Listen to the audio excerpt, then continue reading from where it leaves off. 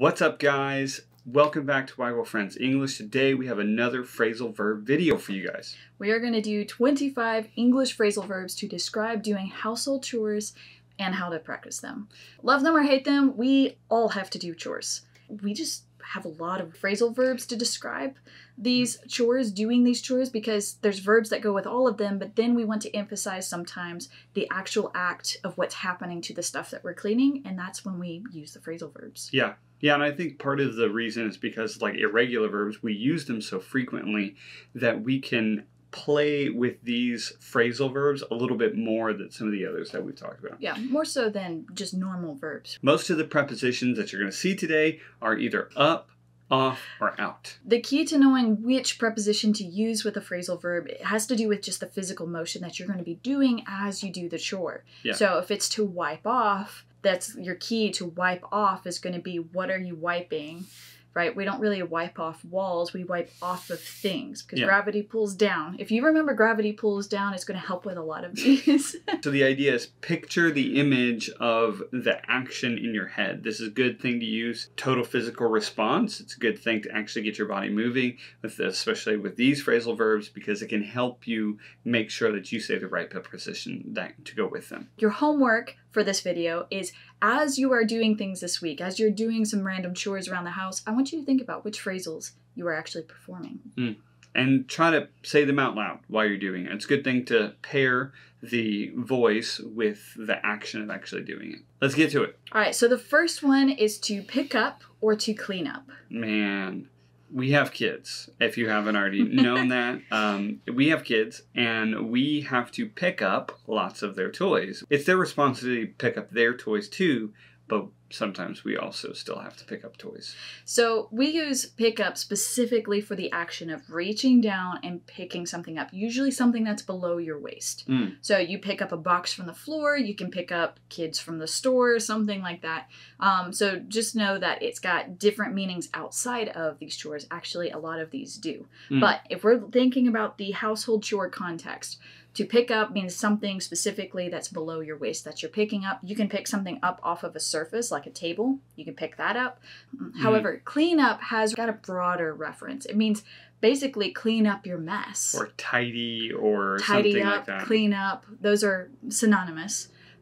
We would say clean up more than tidy up. Tidy up is a little bit proper. Yeah. We use clean up as a catch-all term for doing all the chores. Yeah. So in the evenings, we clean up our house. Another clean is to clean off. So clean up and clean off. Clean off has the idea of it's a surface, just like a table, and you're trying to clean off the table. So when, for us, for our dinner table, we will take the fruit, take the stuff off the table, wipe the table all off. That's clean off the table. When we're using the preposition with it and make a phrasal verb, we're specifically referring to removing the mess off of whatever surface we're talking about. So like the dinner table, we'll clean off the food off, or the crumbs off the table. We'll wipe off the crumbs. The next one is actually wipe up. And in terms of liquids, we tend to wipe those up. When you wipe off something, you have crumbs. Let's just use crumbs as an example. You just had sandwiches, and there's sandwich crumbs. There's bread crumbs on the table. So we wipe them off the table, and then we will sweep them up off the floor. But notice we're following the object. We're following the mess when we're using these descriptors with using the prepositions of location and place. We're really using the preposition to show what's happening to that mess. Yeah, but for liquids, you can't just say wipe it. You don't want to wipe it because you don't want to wipe it off. I could imagine our 3-year-old son, if I said wipe off the table and there's spilled milk on the table, that's exactly what he would do. He would think in his mind, take the milk and put it on the ground. So you got to be careful. You don't wipe off the milk, you wipe up the milk. Yeah, so you want to wipe it up. So the idea is it's soaking into the towel that you're using. So you wipe it up. So wash up and wash off. It's kind of the same idea, but there's a little bit of a different application here. We will say to wash up the dishes, meaning we're going to wash them and put them away. Yeah. But to wash off the dishes means we're just rinsing them and putting them to the side so they don't smell bad, because we're not going to wash them right away. Yeah, I mean, again, it's tracking the mess. So if I wash off something, I'm kind of focused on the object of the dirtiness. Yeah. Get that thing off. It doesn't necessarily mean like doing crazy tons of work. It just means I want that thing to no longer be on the plate. Exactly. As opposed to that, wash up also has a cultural meaning, which is where we're from in Southern America. We would often hear our parents say, go wash up for dinner. We usually say wash our hands, but go wash up means just get ready for dinner, in specifically washing our hands, wash your face. I grew up on a farm, so washing your arms and everything else too, change your clothes. We called all of that wash up. And that's kind of an older way, so it's not as common. Not as common, but if you are talking to people that work in fields, they know that term. So for wash off specifically, it also has a synonym when we're talking about dishes for rinse off. We rinse off our dishes too. So rinse off, wash off, those are the same in terms of dishes. So if you get some dishes that are really, really sticky, or there's a lot of stuff on them and they're hard to come off and you can't just spray them off or rinse them off or wipe them off, you need to scrub them off. And so that's for stuff that's really, really stuck on there and you have to get a brush or something like that and you have to scrub off the pan. Yeah. This actually reminds me of another phrasal verb which also uses scrub, but it's to scrub out. And we do this actually with stains. If you have stains in your clothes that you need to put some cleaner on it and then really agitate it and scrub it to get it out, we call that scrubbing out stains. The next one is dust off. And this is one that, honestly, it's probably my least favorite phrasal verb of the whole thing, just because you have to do it every day, because as the days go on, things start to get covered in a layer of dust, and so you dust off. You get the dust and you get a rag and you wipe off the dust so that everything looks a little bit nicer, neater, cleaner. Right. You can also say this if you got a lot of dirt or dust in your clothes from playing outside, or maybe there's lots of wind and you got really dusty. We call this also dusting off, getting the dust out of your clothes. If you have rugs, then you're probably familiar with having to take them outside very carefully and then shake them out. So shake out or beat out are two ways that we clean out rugs. So we'll hang them up on a line or over a fence or something. We'll take a stick and we'll beat the dust out of it, or we'll shake it out. So again, those are highly related to the motion that you're doing. The next two use clear. Clear off and clear out. We use clear to emphasize the goal, which is to make things clear, like to clear off a desk. But to clear off is to physically remove those items from the desk off of them. But to clear out has more of an idea that you're like cleaning something out for good. Like you're going to throw away or give away many of those items. Yeah, there's actually some stores will use clear out, meaning like there's a big sale, we don't want any more of it. Yeah, another way to say it is a liquidation sale, where you're trying to get everything out of the store and, well, we're going to sell it super cheap. So making it super cheap. Whenever you're picking stuff up, you can pick things up, but then you need to put them away. So you can put it up, you can put it away, or you can put it out. So to put it up would mean it kind of has this idea of it's going to be on shelves, up over your head or on the top of a closet or back on a bookshelf.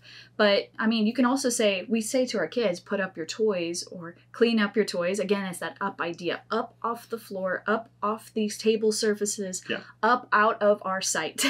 Well, and also it helps you to clean, helps you to mop the floor, where if you say, put it up, you're saying, even though it's kind of a weird thing, and I think a lot of people's minds are put it up, meaning I want to mop the floor, I want to clean the floors, and I can't clean the floors with all these toys everywhere. Yeah, floors are usually the last thing, so you want to go from like the top down with cleaning. So you dust everything up high, because if you clean down low, then all that dust and stuff is going to come down low. Right. So you put up things first before you clean off, mop out the house or whatever. Yeah. So now, to put away has just more of this idea of way, out of sight, out of mind. Just not where I can see it. Yeah, every evening we put away our kids' toys so that they can not be tempted to stay up and play with their toys and be super loud. We put it all away in their closet, shut the doors so that they can be able to rest. The other idea here with put is to put back. So to put back is to return something back to its original place. Kind of related to put back is sort through. So this is the only through on the list today, but the idea is that you sort through to try to find the stuff that's good and the stuff that's bad. So sometimes if we leave fruit on the table, some of that fruit turns bad before other fruit. So we have to sort through the good fruit to find the bad fruit so we can throw it away. Yeah. We most often, I think, use this in terms of sorting through things that are all good. So you're just trying to find the best things to keep, and the other things you're going to give away, or you're going to throw them away. So old clothes. Boxes of stuff in your closet. Old toys. The idea is if you're sorting through something, it's something that you don't use very often. So you are going to like clear it out. Your intention is to sort through things to clear them out. So the next three are just all very much the same. Yeah. So you have take out, toss out, throw out. Oh my goodness, it's another take out. Yeah, it's another take out. we have talked about take out in 2 phrasal verb videos now. Yeah. But all of these just means that there's something in the house, in the space, in the room, wherever, that does not need to be there. Yeah, notice how final out tends to be with the household chore phrasal verbs. If you're saying out, it's not going to come back in, right? It's going out for good. Toss out has this sense of carelessness to it. It's like you just kind of toss it out because you don't care. But then throw out is very aggressive. Like to throw someone out of your house, kind of aggressive. Yeah. We also have this idea of put out, which it means get rid. Yeah. So to get rid of. Throwing it out the door. Yeah, you don't want it out, something you put it out. That's a rather strong one. We don't use that one as much. We would rather use get rid of or throw out. We'll probably use that one more, but put out is technically still correct. The next one is to give away. If you have something that's a really good condition that you want to clear out, you just don't want it anymore, then instead of throwing it away, you can give it away. So this could be to donate, to give it away, same thing. All right, so now we're going to get to the floors. We're going to start with sweeping up. The idea is that all the stuff that we've talked about wiping off onto the floor is now onto the floor. So now, ironically, you have to sweep it up into a dustpan so that you can then throw it away. The next one is mop up.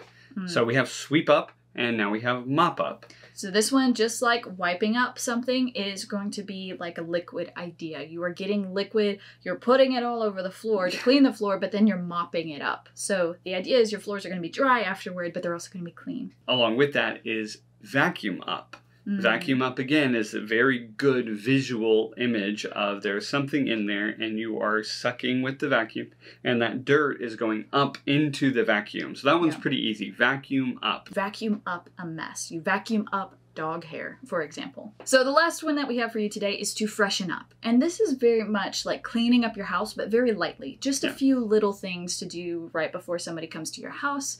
Or if you cleaned yesterday, if you did a lot of cleaning yesterday, maybe you just need to freshen up a little bit before going to bed later. And it's lighter, it's more airy. You open the windows and all that, so you freshen up. All right, so there you go, guys. 25 phrasal verbs, plus a couple, for you guys to then just go out and just practice doing chores in English. Yep, makes you really want to do chores now. Thank you guys for watching. If you really like these videos where we're talking about English grammar in a specific context and how to use it specifically, what the little bit of cultural nuances are.